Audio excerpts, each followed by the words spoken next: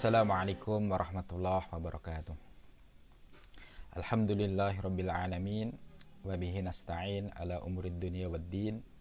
Wassalatu wassalamu ala asrafil anbiya wal mursalin. Wa ala alihi wa ashabi ajma'in. Wa man tabi'uhum bi ihsani ila yaumiddin. Amma ba'du. Saudara-saudara kaum muslimin yang dirahmati Allah Subhanahu wa taala, di antara kewajiban kita sebagai hamba Allah, bahkan juga merupakan kebutuhan kita semuanya, adalah mensyukuri nikmat-nikmat Allah kepada kita. Nikmat Allah ini banyak sekali, tidak mungkin kita bisa menghitungnya satu persatu karena saking banyaknya nikmat tersebut. Di dalam Al-Quran, Allah berfirman, "Wa in ta'uddu nikmatallahi la tuhsyuha." Jika kalian ingin menghitung nikmat Allah, niscaya kalian tidak bisa menghitungnya. Nikmat Allah ini bisa kita bagi menjadi dua. Pertama adalah nikmat yang umum. Kedua adalah nikmat yang khusus. Nikmat yang umum artinya adalah nikmat yang Allah berikan kepada siapapun hambanya. Entah itu orang beriman atau orang kafir, orang tidak beriman, Allah beri nikmat ini. Entah itu orang yang taat atau orang yang bangkang, Allah beri nikmat itu.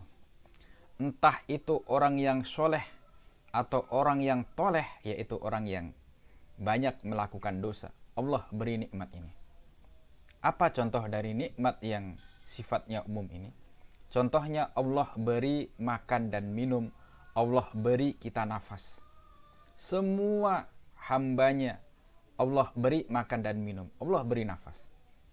Allah beri juga kita petunjuk ilham mengenai cara-cara untuk mencari makan tadi.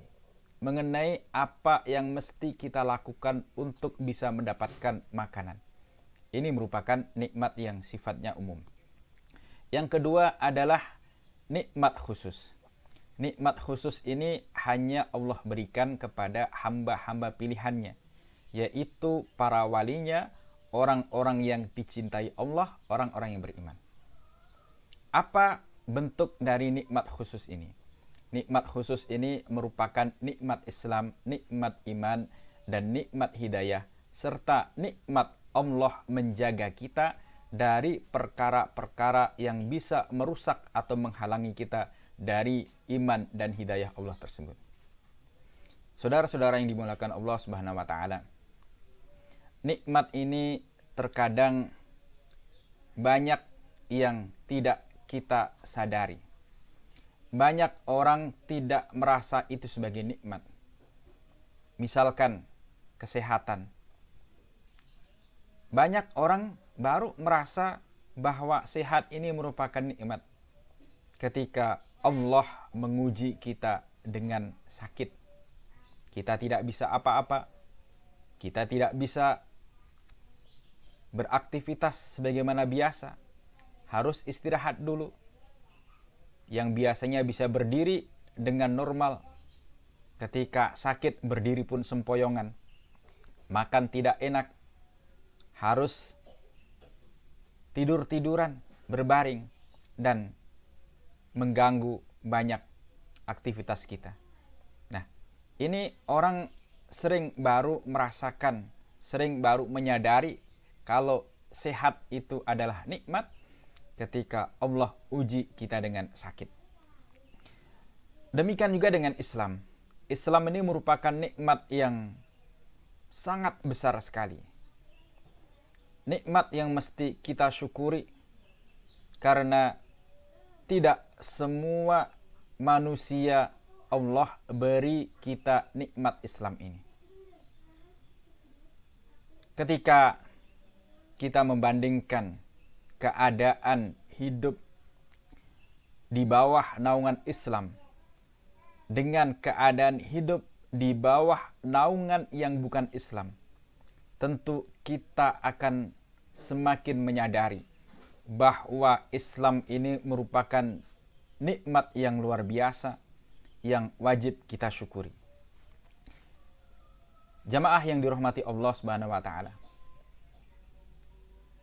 Dulu negeri kita yang hari ini mayoritas penduduknya beragama Islam. Dulu negeri kita adalah negeri yang belum kenal Islam. Bahkan proses berkembangnya dakwah Islam di negeri kita ini sangat lambat sekali. Butuh waktu yang sangat lama sekali. Pada tahun 1292, di akhir abad ke-13, pernah datang ke negeri kita seorang pelaut dari Eropa, namanya Marco Polo. Marco Polo waktu itu sempat singgah di pantai timur Pulau Sumatera. Dia ceritakan dalam catatan hariannya bahwa di pantai timur Pulau Sumatera itu sudah ada orang-orang Islam. Sudah banyak orang Islam. Waktu itu bahkan sudah ada kerajaan Islam namanya Kerajaan Samdrapase, yang dalam sejarah kita Samdrapase ini merupakan kerajaan Islam paling pertama yang bisa dilacak oleh sejarah. Kemudian menurut catatan Marco Polo, di bagian pedalaman Pulau Sumatera pada waktu itu penduduknya banyak yang masih menyembah atau memuja roh-roh leluhur. Banyak juga di antara mereka yang tinggal di pedalaman Pulau Sumatera adalah penganut kanibalisme. Kanibalisme ini adalah satu kepercayaan, satu praktek keyakinan bahwa manusia mesti makan manusia. Orang makan orang. Kenapa orang makan orang? Apakah pada waktu itu penduduk di pedalaman Pulau Sumatera mereka kekurangan makanan? Bukan karena itu. Pada waktu itu makanan ini sangat melimpah sekali. Bahkan mendapatkan makanan dari alam sekitar, karena negeri kita adalah negeri yang kaya, banyak pohon yang menghasilkan buah-buahan, umbi-umbian, dedaunan yang bisa dimakan. Pada waktu itu untuk mendapatkan makanan dari alam sekitar itu lebih mudah sekali. Tetapi kenapa mereka melakukan praktek kanibalisme, orang makan orang? Praktek itu mereka lakukan berangkat dari keyakinan bahwa kalau seseorang ingin mendapatkan kekuatan dan kesaktian, maka dia harus merebut kekuatan dan kesaktian itu dari orang lain. Caranya bagaimana? Caranya adalah dengan memenggal kepala orang yang ingin direbut kekuatan dan kesaktiannya. Kalau seseorang berhasil memenggal satu kepala orang lain, maka dia akan mendapatkan satu kekuatan dan kesaktian tambahan. Kalau dia berhasil memenggal dua kepala manusia, dia akan mendapatkan kekuatan dan kesaktian bertambah dua. Kalau yang dia penggal 3 kepala, bertambahlah kesaktian itu menjadi 3. Semakin banyak kepala yang dia penggal, semakin banyak pula kesaktian yang akan dia dapatkan. Ini keyakinan yang waktu itu diikuti oleh orang-orang yang tinggal di pedalaman Pulau Sumatera.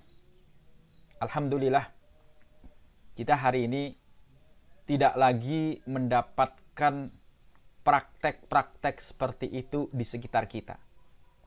Bisa dibayangkan, seandainya hari ini masih ada orang-orang yang menganut kanibalisme di sekitar kita. Mereka melakukan praktek manusia memakan manusia. Pasti kita tidak akan merasa tenang dalam hidup ini. Pasti kita akan senantiasa merasa ketakutan. Ketika kita tinggal di satu tempat misalkan. Sementara di dekat tempat kita tinggal adalah tempat tinggalnya orang-orang yang menganut kanibalisme. Saya yakin kita akan kesulitan untuk tidur. Saya yakin kita akan merasa was-was, akan merasa khawatir. jangan-jangan kalau kita lengah, kita yang akan dijadikan korban oleh mereka. Kita yang akan dimakan, dipenggal kepala kita oleh mereka. Alhamdulillah, kita hidup di bawah naungan Islam. Kita hidup dalam kondisi di mana masyarakat sudah banyak yang menganut Islam. Sehingga praktek-praktek seperti itu yang dulu pernah wujud di negeri kita sudah ditinggalkan oleh orang. Saudara-saudara yang dimuliakan Allah Subhanahu wa taala. Praktek mengorbankan manusia ini bukan hanya terjadi di Pulau Sumatera saja, tetapi juga terjadi di wilayah lain yang ada di negeri kita. Di Jawa atau juga di tempat-tempat yang lainnya. Dulu ada satu agama, satu aliran kepercayaan namanya Bhairava Tantra. Aliran kepercayaan ini sebenarnya asalnya dari India. Kemudian dari wilayah India menyebar ke banyak tempat, termasuk juga masuk dan menyebar ke negeri kita. Aliran Bhairava Tantra ini ketika masuk ke negeri kita, kemudian dicampur dengan kepercayaan-kepercayaan lokal yang memang sudah ada di negeri kita. Dan biasanya aliran Bhairava Tantra atau kepercayaan Bhairava Tantra ini akan banyak diikuti orang pada saat keadaan negeri sedang carut marut. Terutama mereka yang mengikuti aliran Bhairava Tantra ini adalah orang-orang yang merupakan bangsawan di tempat tersebut. Kenapa mereka mengikuti aliran Bhairava Tantra? Mereka mengikuti aliran Bhairava Tantra dengan harapan mereka bisa mendapatkan semacam karisma. Disegani oleh kawan maupun lawan. Nah, dalam aliran Bhairava Tantra ini, para pengikutnya, mereka melakukan ritual-ritual tertentu dengan tujuan agar mereka mendapatkan kebahagiaan. Dan ritual-ritual yang mereka lakukan ini merupakan ritual-ritual yang sangat mengerikan dan menjijikkan. Mereka melakukan perbuatan-perbuatan yang oleh kebanyakan orang dianggap sebagai pantangan, sebagai perbuatan yang tidak baik, tidak senonoh. Tetapi dalam anggapan mereka, agar mereka cepat mendapatkan kebahagiaan, mereka meyakini semakin banyak mereka melakukan pantangan-pantangan tadi, melanggar pantangan-pantangan tadi, maka mereka akan semakin cepat mendapatkan kebahagiaan, akan semakin cepat meraih makom kebahagiaan. Karena mereka menganggap orang itu kalau ditekan-tekan, dilarang-larang dari hal-hal yang oleh kebanyakan orang dianggap sebagai pantangan, justru jiwanya akan merasa tertekan. Tetapi kalau dia dibiarkan, diumbar, diberi kesempatan untuk melakukan pantangan-pantangan tadi, bahkan dipersilahkan, difasilitasi, dibiarkan melakukan pantangan itu sebanyak-banyaknya, lama-kelamaan orang itu akan merasa jenuh, bosan, dan akhirnya tidak tertarik lagi dengan hal-hal yang dianggap sebagai pantangan tersebut. Nah, ini pemikiran mereka seperti itu. Bagaimana praktek ritual mereka? Praktek ritual mereka ini biasa dilakukan di tempat pembakaran mayat yang namanya kesetra. Jadi dulu orang-orang dulu di negeri kita biasanya kalau mereka mati, terutama yang berasal dari kalangan bangsawan, mayatnya akan dibakar. Nah, tempat untuk membakar mayat itu berada di lapangan namanya kesetra. Para pengikut Bhairava Tantra ini kemudian mereka berkumpul di tempat itu. Laki-laki dan perempuan berkumpul jadi satu di tempat itu. Kemudian dimulailah ritual itu, mereka berteriak-teriak, mereka menari-nari, mereka menyuarakan suara-suara tertentu. Dan dalam proses berikutnya, mereka akan mengorbankan beberapa orang gadis yang sudah mereka pilih dari para pengikut ritual itu. Gadis-gadis itu atau para perawan itu mereka sembelih. Kemudian darahnya akan mereka kumpulkan, mereka wadahi. Dan darah itu kemudian akan mereka minum dengan menggunakan cawan atau wadah yang terbuat dari tengkorak manusia yang memang di tempat itu banyak ditemukan. Karena memang tempat untuk membakar mayat manusia. Nah, setelah mereka meminum darah, ya, kemudian mayat gadis yang dikorbankan tadi akan mereka bakar. Pada saat api menyala-nyala, mereka akan lari-lari mengitari api tersebut dengan berteriak-teriak, menyuarakan suara-suara tertentu. Kemudian selanjutnya, dalam proses berikutnya, mereka akan minum tuak, minum minuman keras, sampai mabuk. Dan ketika mereka sudah mabuk, sudah mencapai tahapan ekstase, hilang kesadaran diri mereka, terus mereka akan melakukan membaca Al-Quran pun dilipat gandakan sama Allah. Luar biasanya. Dulu dilakukan oleh leluhur kita. Sehat, mereka berpuasa dan mereka pun berbuat kebaikan. Nah, kita pun harus seperti itu. Allah kasih kesempatan kita di bulan Ramadan, manfaatkan dengan berbuat hal-hal yang baik. Di antaranya tadi kita biasakan berdoa pada Allah, hal kecil apapun kita berdoa pada Allah. Yang kedua, kita banyak mengaji Al-Quran. Negara sedang mabuk-mabukan, sedang menenggak tua. Dan ini sebenarnya mabuknya bukan mabuk biasa, tetapi sang raja pada waktu itu sedang melakukan semacam ibadah, melakukan ritual Bhairava Tantra. Ritual itu belum selesai, datanglah pasukan dari gelang-gelang, pasukannya Jayakatwang menyerang raja tadi.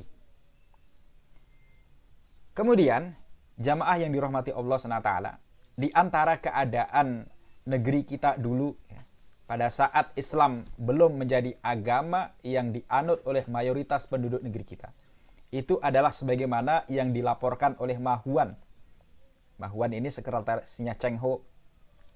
Cheng Ho ini adalah seorang laksamana dari Cina yang pernah ditugaskan di masa dinasti Ming di awal abad ke-14 untuk melakukan perjalanan keliling ke beberapa tempat, melakukan hubungan persahabatan dengan tempat-tempat atau negeri-negeri yang dikunjunginya. Salah satu yang dikunjungi adalah Jawa. Dari tahun 1405, ya, mohon maaf, awal abad ke-15 ya, bukan awal abad ke-14 ya. 1405 hingga 1433 beberapa kali Cheng Ho dan para pengawalnya ini sempat berkunjung ke Tuban. Nah, juru tulisnya Cheng Ho namanya Ma Huan itu menceritakan bahwa di Jawa waktu itu masyarakat itu ada 3 kelompok. Yang pertama adalah kelompok orang-orang Islam. Mereka ini rata-rata datang dari barat. Makanan mereka bagus, minuman mereka bagus, pakaian mereka bagus, dan cara hidup mereka juga bagus. Yang kedua adalah kelompok orang-orang Cina. Orang-orang Cina ini banyak juga di antara mereka yang mengikuti agama Islam. Sehingga makanan mereka juga bagus, minuman mereka juga bagus, dan pakaian juga bagus, cara hidup mereka juga bagus. Yang ketiga adalah kelompok masyarakat pribumi yang banyak di antara mereka masih mengikuti agama-agama lama mereka. Mereka memuja roh-roh leluhur mereka. Makanan mereka buruk, minuman mereka buruk, pakaian mereka ya masih ala kadarnya, bahkan banyak di antara mereka yang telanjang dada, dan cara hidup mereka juga belum bagus. alhamdulillah ya, kita hari ini ya, kita hidup di tengah-tengah masyarakat muslim, hal-hal sebagaimana yang diceritakan oleh Mahuan tadi, atau juga praktek-praktek yang dulu pernah dilakukan oleh para pengikut Bhairawa Tantra sudah tidak kita dapatkan lagi. Karena itu kita mesti bersyukur, kita mesti mensyukuri nikmat Islam ini. Nah, kemudian bagaimana cara kita mensyukuri nikmat Islam ini? Yang pertama ya, kita mensyukuri nikmat Islam ini adalah dengan senantiasa memuji Allah atas nikmat ini. Baik memuji dengan lisan kita mengucapkan alhamdulillahilladzi hadana binikmatil Islam misalkan. Segala puji bagi Allah yang telah menunjukkan kita kepada nikmat Islam. Atau juga kita mensyukuri nikmat Islam ini dengan hati kita. Hati kita senantiasa merasa bahagia dengan agama ini. Kita merasa bangga, merasa bersyukur bahwa kita dilahirkan sebagai seorang muslim. Kemudian yang ketiga, kita mensyukuri nikmat Islam ini, kita memuji Allah ya, memuji Allah atas nikmat Islam ini, selain dengan hati, dengan lisan kita, kita juga menunjukkan dalam kehidupan kita bahwa kita seorang muslim, kita mesti iltizam, kita mesti konsisten, kita mesti berpegang teguh dengan ajaran Islam ini.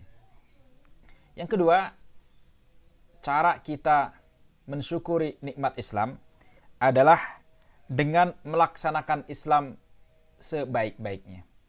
Alhamdulillah ya, kita bisa berpuasa di bulan Ramadan ini, kita bisa dipertemukan dengan bulan yang penuh berkah ini, penuh dengan kebaikan. Maka mari kita manfaatkan kesempatan ini, kita syukuri kita bisa bertemu dengan bulan Ramadan ini dengan melaksanakan berbagai macam amal kebaikan, agar kita bisa meraih derajat takwa. Dan ini merupakan bagian daripada cara kita mensyukuri nikmat Islam. Yang ketiga, cara kita mensyukuri nikmat Islam adalah dengan menjaga keislaman kita. Sayyid Abdullah Ba'alawi dalam kitab Sulamut Taufik, beliau menulis di sana satu kalimat yang cukup penting sekali sebagai nasihat bagi setiap muslim. Beliau katakan, yajibu ala kulli muslimin hifdzu islamihi wa syaunuhu amma yufsiduhu wa yubtiluhu wa yaqta'uhu wa huwa riddah. Wajib bagi setiap muslim untuk menjaga keislamannya dan melindunginya dari perkara-perkara yang bisa membatalkannya, bisa merusaknya, merusak keislaman kita, bisa membatalkan keislaman kita, dan juga bisa memutus keislaman kita sebagai seorang muslim. Apa perkara itu? Beliau katakan perkara itu adalah riddah. Hal-hal yang bisa atau perkara-perkara yang bisa menyebabkan seseorang menjadi murtad. Nah, ini penting ya. Karena hari ini banyak sekali ya perkara-perkara yang sebenarnya bisa menjadikan orang itu murtad tidak disadari oleh seorang muslim. Misalkan ya, anggapan bahwa Islam itu bukan satu-satunya agama yang benar. Ada agama lain yang sama-sama benar. Sehingga kita sebagai seorang muslim, kita tidak boleh fanatik terhadap agama kita. Kita tidak boleh meyakini bahwa hanya agama kita yang benar. Hanya agama kita yang akan mengantarkan kebahagiaan dunia akhirat.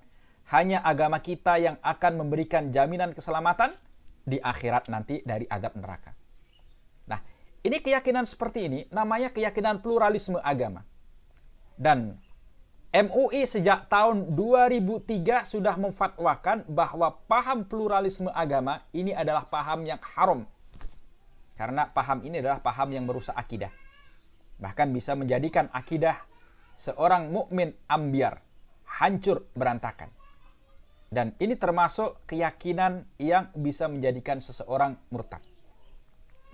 Termasuk juga termasuk juga perkara yang bisa menjadikan seseorang lepas dari agamanya adalah mencela, mencaci maki ajaran Islam, membuli ajaran Islam.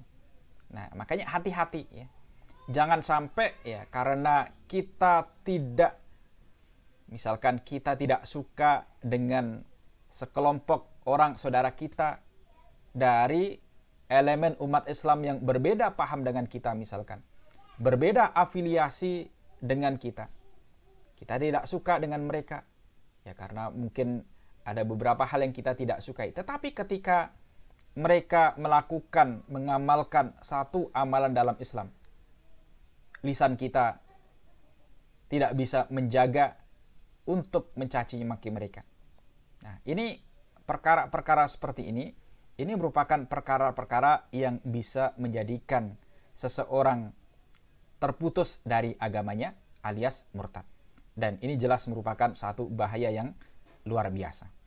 Nah, ala kulli hal, jamaah yang dirahmati Allah SWT, marilah kita mensyukuri nikmat Islam ini dengan lisan kita, dengan hati kita, dan juga dengan anggota badan kita, dengan perbuatan kita.